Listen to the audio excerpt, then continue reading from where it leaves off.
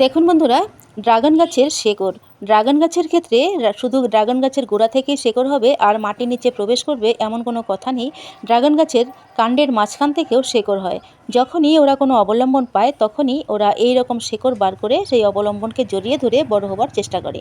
আর এই শেকড়গুলো দিয়ে ড্রাগন গাছ খাবারও সংগ্রহ করে থাকে। যেমন ধরুন, অন্য কোনো গাছকে অবলম্বন করে ওরা বাড়ছে বা কোনো বাঁশের মধ্যে বা কোনো কাঠের মধ্যে, তখন সেই সব অবলম্বনের মিডিয়াগুলো থেকেও এরা খাদ্য উপাদান সংগ্রহ করে থাকে। এই কাণ্ডটা দেখুন, এটা এতদিন ওয়ালের মধ্যে জড়িয়ে ছিল, তো সেই ওয়াল থেকে ছাড়িয়ে এটা আমি রিংয়ের মধ্যে ঝুলিয়ে দিলাম। কারণ এইভাবে ওয়ালের মধ্যে থেকে থেকে এত বড় বড় শেকড় হতে থাকলে এটা গাছের থেকেও কিছুটা খাদ্য শোষণ করে নেবে। তো তাতে করে এই কাণ্ডগুলো সরু সরু হয়ে যাবে এবং ফল ধরার সম্ভাবনা অনেকটাই কমে যাবে।